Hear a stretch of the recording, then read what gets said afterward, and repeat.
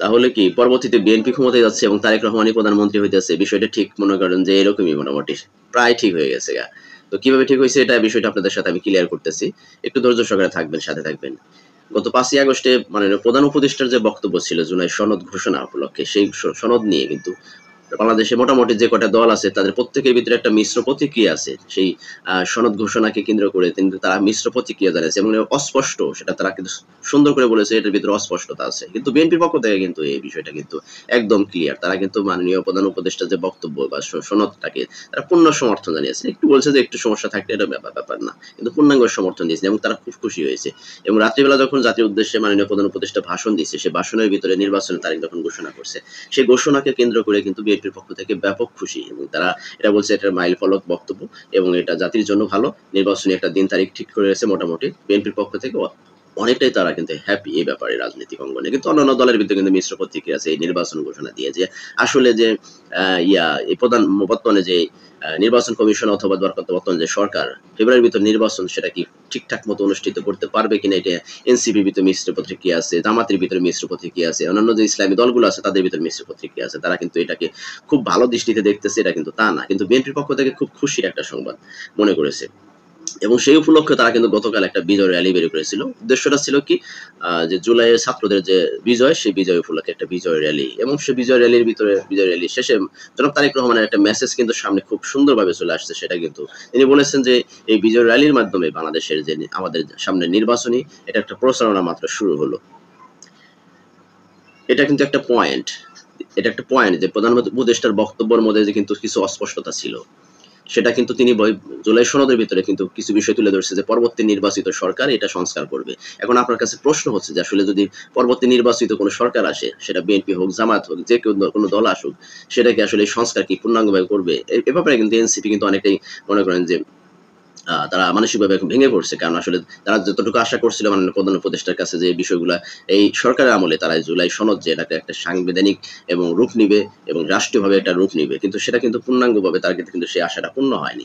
কিন্তু বিএনপির পক্ষ থেকে কিন্তু এটা ব্যাপকভাবে তারা হ্যাপি এই বিষয়ে কিন্তু। এটা একটা পয়েন্ট কিন্তু চলে গেছে, নির্বাচনী প্রচারণা শুরু হয়েছে, এটা একটা। দ্বিতীয়ত হচ্ছে হলো যে গতকালে সবচেয়ে মেইন পয়েন্ট, মেইন পত্রিকার যে ইলেকট্রনিক্স বলেন, প্রিন্টিং মিডিয়া বলেন, সকল জায়গায় কিন্তু একটা নিউজ খুব সুন্দরভাবে প্রকাশিত হয়েছে। সেটা হচ্ছে জনাব তারেক রহমানের সাথে মার্কিন ভারপ্রাপ্ত রাষ্ট্রদূত এই জুলাই মাসের প্রথম দিকে গিয়ে তাদের সাথে সাক্ষাৎ করেছে লন্ডনে গিয়ে। বিষয়টা কিন্তু অত্যন্ত একটা সেন্সিটিভ বিষয়, গুরুত্বপূর্ণ একটা বিষয় ছিল। কিন্তু সেটাকে কিন্তু কোনো দলের পক্ষ থেকে বা কোনো মার্কিনের পক্ষ থেকে অথবা বিএনপির পক্ষ থেকে কিন্তু প্রকাশ করা হয়নি, কোনো মিডিয়াও কিন্তু জানতে পারেনি, কাভার্স করতে পারেনি। কিন্তু গতকাল হঠাৎ করে এই বিষয়টি কেন প্রকাশিত হলো, জুলাই সনদ ঘোষণা, তার পরের দিনই আবার এই বিষয়টি প্রকাশ, এটার ভিতরে একটা যোগ সাজস আছে যদি মনে করেন। আমি মনে করি কিন্তু এটার ভিতরে একটা যোগ সাজস আছে। কি জন্য?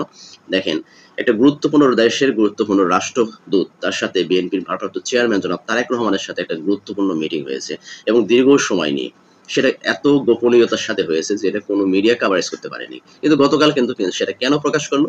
এই প্রকাশের ভিতরে কিন্তু কারণ আছে। এবং সেখানে যখন মিডিয়ার লোকজনে, যখন আপনার বিভিন্ন মিডিয়ার লোকজন যখন তাদের উভয় পক্ষকে ধরেছে যে আসলে বিষয়টা কি, তখন তাদের পক্ষ থেকে বলা হয়েছে যে প্রতিনিয়ত যেভাবে অন্যান্য দলের সাথে সাক্ষাৎ করা হয়, অন্য দলের চেয়ারপারসনদের সাথে বা প্রতিনিধি দলের সাথে যেভাবে সাক্ষাৎ করা হয়, জাস্ট এভাবেই সাক্ষাৎ করা হয়েছে জনাব তারেক রহমানের সাথে। তাদের নির্বাচনী বিষয়টা উঠে আসছে যে পরবর্তীতে তারা যদি বিএনপি সরকার গঠন করে, সেই সরকারটা কিভাবে গঠন করবে, তাদের নির্বাচনী পরবর্তীতে সরকার গঠনের প্রক্রিয়া কিভাবে থাকবে, তারা দেশকে নিয়ে বা বাংলাদেশের রাজনীতি নিয়ে কিভাবে চিন্তা ভাবনা করতেছে, এই বিষয়গুলো জানার জন্য মার্কিন ভারপ্রাপ্ত রাষ্ট্রদূত তিনি জনাব তারেক রহমানের সাথে সাক্ষাৎ করেছে। কিন্তু সাক্ষাৎটা কিন্তু দীর্ঘ সময় চলেছে, তারা কিন্তু এইভাবে তারা কাটিয়ে দিয়েছে। বিএনপির পক্ষ থেকে এটা বলা হয়েছে এবং মার্কিন যে এম্বাসি থেকে সে তাদের পক্ষ থেকে এইভাবে বলা হয়েছে যে এটা একটা রাজনৈতিক একটা জাস্ট মিটিং ছিল বিভিন্ন দলের সাথে, নিয়মিত যেভাবে সাক্ষাৎ হতো সেভাবেই সাক্ষাৎ করা হয়েছে, আর কিচ্ছু না। কিন্তু বিষয়টা হলো যে সেটা এতদিন গোপন রাখা হয়েছে কেন? এই গোপনীয়তার পিছনে অবশ্যই কারণ কি? এখন দেখেন, বহির্বিশ্বে যারা বাংলাদেশকে নিয়ে ভাবে, বাংলাদেশকে নিয়ে চিন্তা ভাবনা করে, বাংলাদেশ নিয়ে যারা গবেষণা করে, বাংলাদেশের রাজনীতির উপর তাদের হস্তক্ষেপ আছে, তারা কিন্তু ইতিমধ্যে বুঝে গেছে। আমরা এর আগে দেখেছি যে চীনের সাথে বেশ কয়েকবার দফায় দফায় বাংলাদেশ বিএনপির সাথে কিন্তু অনেকবার মিটিং হয়েছে। তারপরে অন্যান্য রাষ্ট্রের সাথেও কিন্তু এভাবে মিটিং হয়েছে। কিন্তু লাস্টে যেটা আমাদের সবচেয়ে বেশি হস্তক্ষেপ যে রাষ্ট্রগুলো করে থাকে বা আমাদের ভিতরে যে যারা দাদাগিরি করে থাকে, সেই হিসাবে আপনার মনে করেন যে যদি আমরা পর্যবেক্ষণ করতে দেখা যায়, ঠিক আছে, তো এটা আসলে এভাবে কিন্তু আমরা বলতে পারি যে আসলে ভবিষ্যতে যে বাংলাদেশের যে রাষ্ট্র পরিচালনা করবে বা রাষ্ট্র পরিচালনা করতে যাচ্ছে সেটা কিন্তু বিএনপি, এটা কিন্তু অনেকটাই নিশ্চিত, এবং পরবর্তী প্রধানমন্ত্রী যে তারেক রহমান হবে এটা কিন্তু অনেকটাই নিশ্চিত। এখন অন্যান্য দলে যেমন জামায়াত বা অন্যান্য দল যারা আছে, এই দলগুলো কিন্তু অনেকটা হতাশ হয়ে গেছে ইতিমধ্যে, কারণ তারা জানে যে তারা কিন্তু তারা রাজনৈতিকভাবে তারা অনেক খেলায় খেলছে ইতিমধ্যে। 5ই আগস্টের পরে, গত বছর 5ই আগস্টের পরে জামাতের পূর্ণরূপ চেঞ্জ হয়ে গেছিল। বিএনপির সাথে তাদের যে সম্পৃক্ততা ছিল বা সম্পর্ক ছিল, সেই সম্পর্ক কিন্তু ভিন্ন রূপে ধারণ করেছিল। কথায় কথায় তারা এই দুটো দল কিন্তু মুখোমুখি হয়ে গেছিল, এবং সিপি তারাও বিএনপির মুখোমুখি হয়ে পড়েছে। বিভিন্ন রাজনৈতিক বক্তব্যের মধ্যে দেখে সেটা কিন্তু ফুটে উঠেছে, কিন্তু লাস্ট পর্যন্ত আসলে খেলায় কে জেতে সেটাই দেখার বিষয়। আসলে শেষ খেলায় যে জিতবে সেই হচ্ছে পূর্ণাঙ্গ খেলোয়াড়। এখনো বলা যাচ্ছে না যে বিএনপি আসলে ভাবে নির্বাচিত হবে কি হবে না, সেটা বলা যাচ্ছে, কারণ রাজনীতিক উত্থান পতন খেলা শেষ পর্যন্ত না, খেলা দেখা পর্যন্ত আমরা বলতে পারতেছি না। কিন্তু মোটামুটি এটা শিওর এখন আন্তর্জাতিক মহলে এবং বাংলাদেশের মোটামুটি রাজনৈতিক অঙ্গনে এটা কিন্তু তারা বুঝতে পেরেছে যে বাংলাদেশে পরবর্তী সরকার গঠন করবে বিএনপি, এবং পরবর্তী প্রধানমন্ত্রী হতে যাচ্ছে যে জনাব তারেক রহমান, এটা কিন্তু অনেকটা নিশ্চিত, মোটামুটি নিশ্চিত হয়ে গেছে। কিন্তু এখানে একটা বিএনপির একটা সমস্যা আছে, সেটা সমস্যাটা হচ্ছে যদি নির্বাচনে জামাত সহ অন্যান্য দলগুলো নির্বাচনে না আসে, নির্বাচনে অংশগ্রহণ না করে, সেই ক্ষেত্রে কিন্তু বিএনপি একটা অন্যরকম একটা পরিস্থিতির মধ্যে পড়ে যাবে।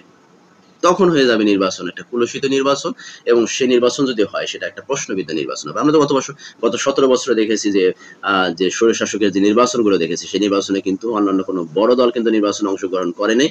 তাদের যে গৃহপালিত একটি দল ছিল জাতীয় পার্টি, সেই জাতীয় পার্টিকে নির্বাচনে অংশগ্রহণ করে তারা একটা বিরোধী দল বানিয়ে সংসদে তাদেরকে দিয়েই নাড়াচাড়া করেছে। সেক্ষেত্রে বিএনপি যদি এইভাবে নির্বাচন যদি সরকার দিয়েই দেয়, সেই ক্ষেত্রে বিএনপি নির্বাচনে তো অংশগ্রহণ করবে স্বাভাবিক, কিন্তু বিএনপি নির্বাচনে অংশগ্রহণ করলে বিরোধী দল কাকে বানাবে এটা নিয়ে কিন্তু প্রশ্ন আছে, অবশ্যই প্রশ্ন আছে।